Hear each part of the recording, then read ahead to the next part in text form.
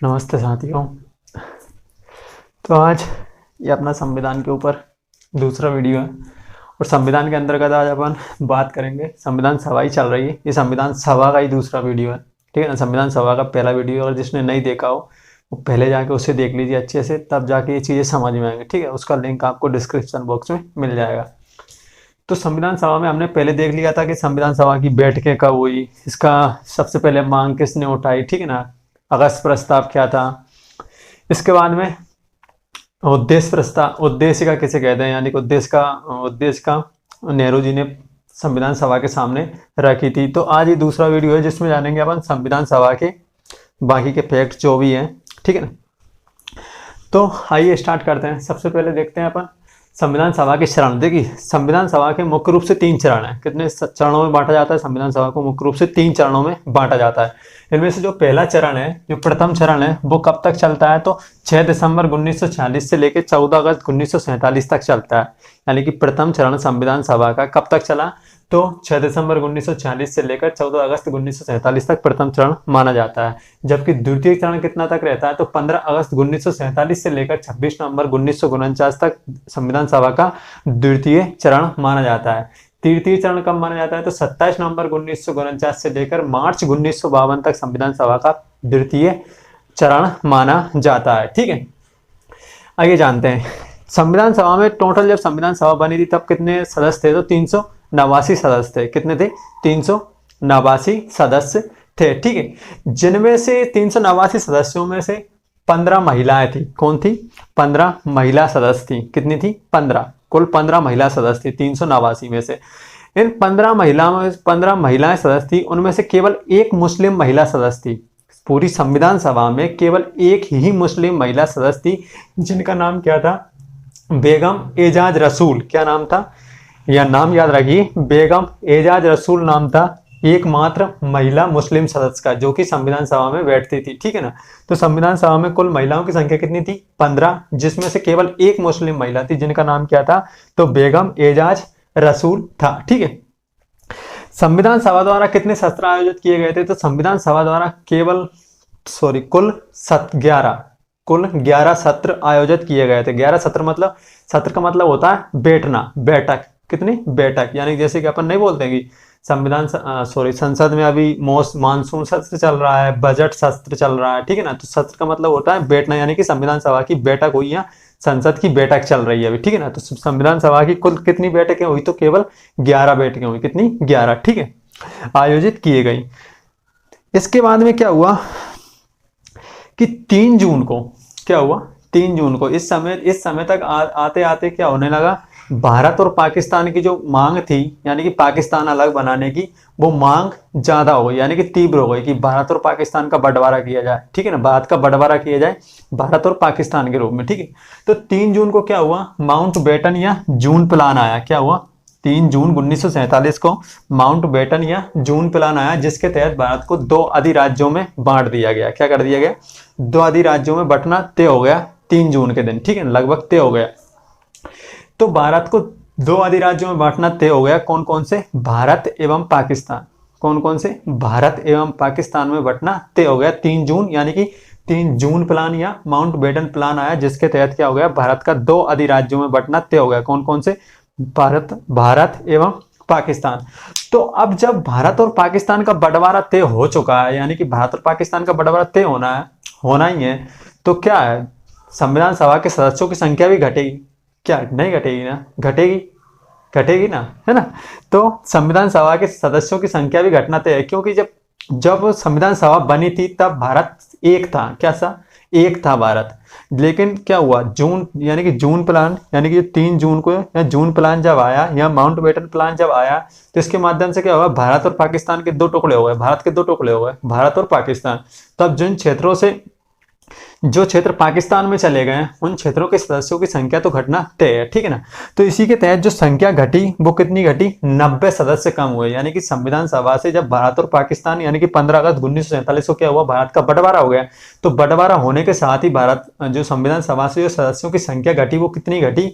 तो 90 सदस्य घटे। 15 अगस्त 1947 को क्या हुआ, भारत का बंटवारा, जून प्लान आया, कितना 3 जून 1947 को जून प्लान आया या माउंटबेटन प्लान आया, तो उसके तहत भारत और पाकिस्तान का बंटवारा होना, यानी कि भारत का बंटवारा होना तय हो गया, यानी कि दो भारत में अब दो अधिराज्य बन जाएंगे, भारत और पाकिस्तान।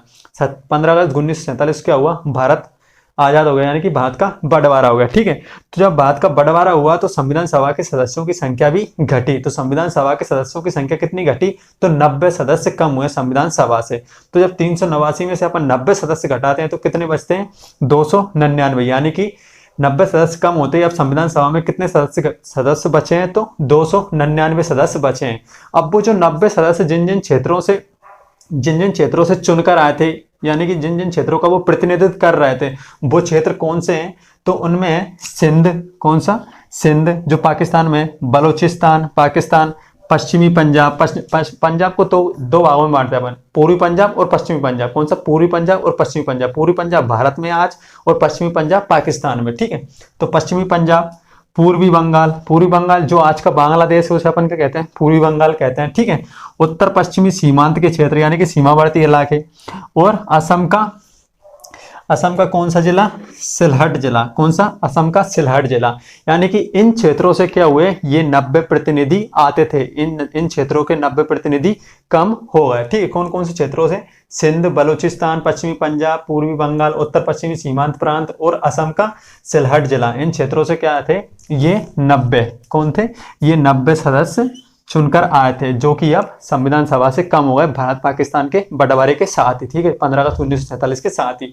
इसके बाद क्या हुआ, 29 अगस्त, 15 अगस्त को बंटवारा हुआ, 90 सदस्य कम हो गए। 29 अगस्त को क्या हुआ, 29 अगस्त 1947 को संविधान की प्रारूप समिति बनाई गई। क्या हुआ, प्रारूप समिति बनाई गई। ठीक है ना, क्योंकि अब संविधान सभा का जो निर्माण था, अब वो किन लोगों को करना था, तो इन 299 लोगों को ही करना था। क्या, इन 299 लोगों को ही करना था, क्योंकि अब ये 299 लोगों के हाथ में ही था संविधान बनाना, क्योंकि भारत और पाकिस्तान का बंटवारा हो चुका था। ठीक है ना, तो इसके चलते क्या हुआ, इन सबसे निपट के उन्होंने क्या किया, एक प्रारूप समिति का गठन किया। क्या हुआ, प्रारूप समिति का गठन किया, जो कि 7 सदस्यीय टीम थी। क्या थी, 7 सदस्यीय समिति थी या टीम थी। ठीक है, 7 सदस्य थे, जिन्हें अपन 1+6 के रूप में लिख सकते हैं। कैसे, 1+6 में बोल सकते हैं, क्योंकि एक अध्यक्ष था उनका और 6 सदस्य थे। क्या थे, एक अध्यक्ष और 6 सदस्य थे। ठीक है, तो प्रारूप समिति का गठन कब किया गया, 29 अगस्त 1947 को क्या कर दिया गया, प्रारूप समिति का गठन कर दिया गया। जो प्रारूप समिति के जो अध्यक्ष थे वो थे डॉक्टर भीमराव अंबेडकर। क्या, डॉक्टर भीमराव अंबेडकर। एक क्वेश्चन आया था एक पेपर में कि भीमराव अंबेडकर किस क्षेत्र से चुनकर आए थे संविधान सभा में, भीमराव अंबेडकर किस क्षेत्र से चुनकर आए थे, तो बंगाल क्षेत्र से चुनकर आए थे। कौन से क्षेत्र से चुनकर आए थे, तो बंगाल क्षेत्र के वो प्रतिनिधि थे। ठीक है ना, बंगाल के लोगों का प्रतिनिधित्व कौन कर रहे थे यहाँ पे, भीमराव अंबेडकर, जो कि काफी ज्यादा महत्वपूर्ण है संविधान में। ठीक है, इनका योगदान बहुत ज्यादा है। तो प्रारूप समिति के अध्यक्ष कौन थे, भीमराव अंबेडकर थे। तो और भीमराव अंबेडकर के अलावा जो 6 सदस्य थे, कौन से 6 सदस्य थे, मैंने बताया ना, ये 7 सदस्यीय टीम थी, 7 सदस्यीय समिति थी। तो 6 सदस्य थे, के.एम. मुंशी। कौन थे, के.एम. मुंशी, एन गोपालाचारी अयंगर। ठीक है ना, तो एम गोपाला स्वामी, कौन से, सॉरी गोपाला स्वामी, एन गोपाला स्वामी, अल्लादी कृष्णा स्वामी अय्यर तीसरे। तो चौथे थे मोहम्मद शहदुल्ला। कौन से, मोहम्मद शहदुल्ला। ठीक है, इसके बाद थे डीपी खेतान और बी.एल. मित्तल। कौन थे ये 6 सदस्य, तो पहले थे के.एम. मुंशी, गोपाला स्वामी, कृष्णा स्वामी अय्यर, मोहम्मद सादुल्ला और डीपी खेतान एवं बी.एल. मित्तल थे। ये 6 सदस्य थे। ठीक है, इसके बाद में हुआ क्या कि डीपी खेतान क्या हुई, मृत्यु हो गई। डीपी खेतान क्या हुई, मृत्यु हुई। पहले डीपी खेतान की मृत्यु हुई, तो उनकी जगह जो सदस्य लिए गए थे उनका नाम था टीटी कृष्णाचारी। कौन थे, कृष्णामाचारी। ठीक है, तो टीटी कृष्णामाचारी ने किसकी जगह ली थी, तो डीपी खेतान की जगह ली थी। किसने ली थी, डीपी खेतान की मृत्यु हो जाने के बाद इस समिति में नए सदस्य कौन जोड़े थे, तो टीटी कृष्णामाचारी। ठीक है, इसके बाद हुआ क्या, बी.एल. मित्तल की भी बीएल मित्तल की मृत्यु हो गई, इसी के दौरान क्या हो गया, बीएल मित्तल की भी मृत्यु हो गई। तो डीपी खेतान की मृत्यु की जगह तो टीटी कृष्णमाचारी आए, जबकि बीएल मित्तल की जगह कौन आए, एन माधव राव। कौन आए, एन माधव राव ने किसकी जगह ली थी, तो बीएल मित्तल की जगह ली थी। ठीक है ना, ये 2 पॉइंट याद रखने हैं कि डीपी खेतान की जगह किसने ली थी, तो टीटी कृष्णमाचारी ने ली, और डीएल और बीएल मित्तल की जगह किसने ली, तो एन माधव राव ने ली थी। ठीक है, ये 6-7 सदस्यीय टीम थी, जिसमें एक अध्यक्ष था और 6 अन्य सदस्य थे। तो 6 अन्य सदस्य कौन कौन से थे, तो के एम मुंशी थे, गोपाल कृष्ण स्वामी थे, गोपाल स्वामी थे, और अल्लादी कृष्णा स्वामी थे, और मोहम्मद सैदुल्ला थे, और डीपी खेतान थे, और बीएल मित्तल थे। जिनमें से बीएल मित्तल की मृत्यु हो जाने के बाद में किसने जगह ली, तो एन माधव राव ने ली, और डीपी खेतान की जगह किसने ली थी, तो टीटी कृष्णाचारी ने ली थी। ठीक है, कृष्णाचारी ने ली थी। ये दोनों की मृत्यु हुई थी, कौन कौन की, डीपी खेतान और बीएल मित्तल की। ठीक है, तो इसको याद रखना है कि बीएल मित्तल की जगह किसने ली थी, तो एन माधव राव ने, और डीपी खेतान की टी कृष्णाचारी ने ली थी। ठीक है, भीमराव अंबेडकर को संविधान के मुख्य शिल्पकार के रूप में जाना जाता है। किसके रूप में जाना जाता है, तो भीमराव अंबेडकर को संविधान के मुख्य शिल्पकार, शिल्प का मतलब होता है निर्माणकर्ता। ठीक है ना, शिल्पकार का मतलब होता है निर्माणकर्ता। तो भीमराव अंबेडकर को संविधान के मुख्य शिल्पकार के रूप में जाना जाता है। ठीक है, संविधान जो बना, संविधान कब बनकर तैयार हो गया, तो 26 नवंबर 1949 को संविधान बनकर तैयार हो गया अपना। कब बना था, तो संविधान जब बना तो समय कौन सा था, तो 26 नवंबर 1949 को क्या हो गया, संविधान बनकर तैयार हो गया। ठीक है, 26 नवंबर 1949 को संविधान बनकर तैयार हो गया। और संविधान बनने में जो समय लगा, हमारी संविधान सभा को संविधान बनाने में जो समय लगा था वो कितना था, 2 वर्ष 11 माह 18 दिन। कितने थे, 2 वर्ष 11 माह 18 दिन थे। कब हुआ था 26 बनकर तैयार, 26 नवंबर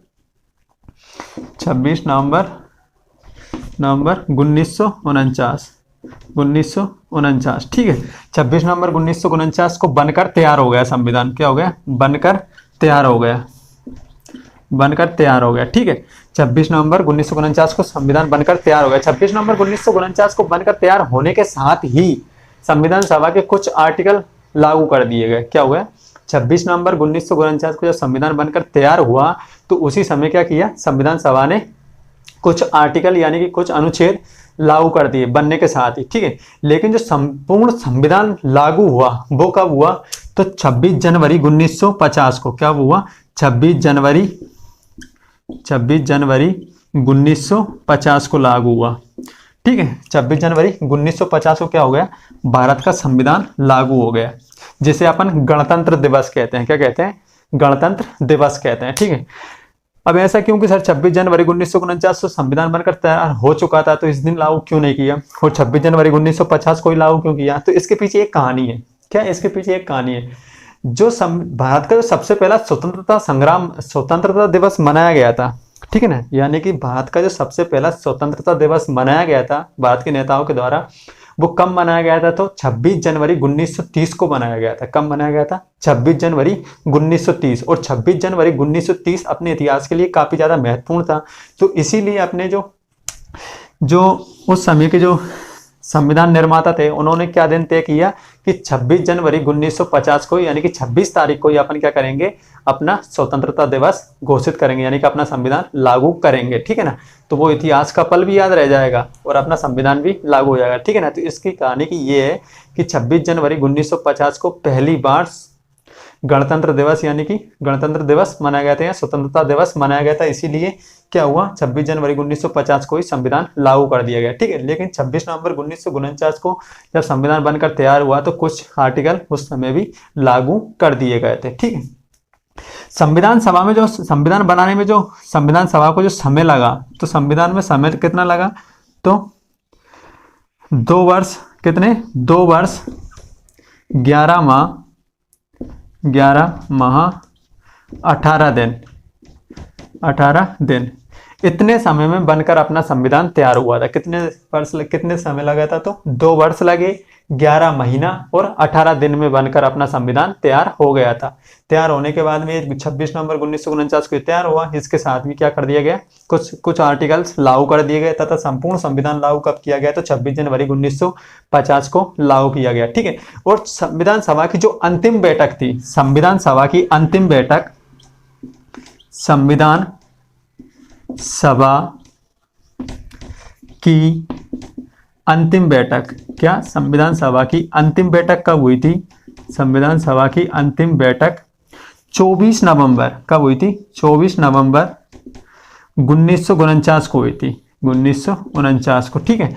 तो संविधान सभा की जो अंतिम बैठक थी वो कब हुई थी, तो 24 नवंबर 1949 को हुई थी। ठीक है। 26 जनवरी बनकर ये तैयार हो गया था, यानी कि इसको एक रजिस्टर में रख लिया गया था। ठीक है। जैसे संविधान किसे कहते हैं, तो संविधान एक ऐसा ढांचा होता है, यानी कि संविधान एक ऐसा दस्तावेज होता है जिसमें कि क्या होता है, अपने जो सारे के सारे जो कानून होते हैं, कानून की विधियां सारी की सारी, संविधान एक ऐसा दस्तावेज होता है जिससे क्या होता है, उस देश की वैधानिक मान्यता प्राप्त होती है। क्या होती है, उसकी वैधानिक मान्यता प्राप्त होती है। संविधान एक ऐसे दस्तावेज को कहते हैं जिसे वैधानिक मान्यता प्राप्त हो, क्या हो, वैधानिक मान्यता प्राप्त हो। संविधान किसे कहते हैं, तो संविधान एक ऐसा दस्तावेज होता है जिसे क्या हो, वैधानिक मान्यता प्राप्त हो। तो ये पॉइंट लिख लीजिए आप, संविधान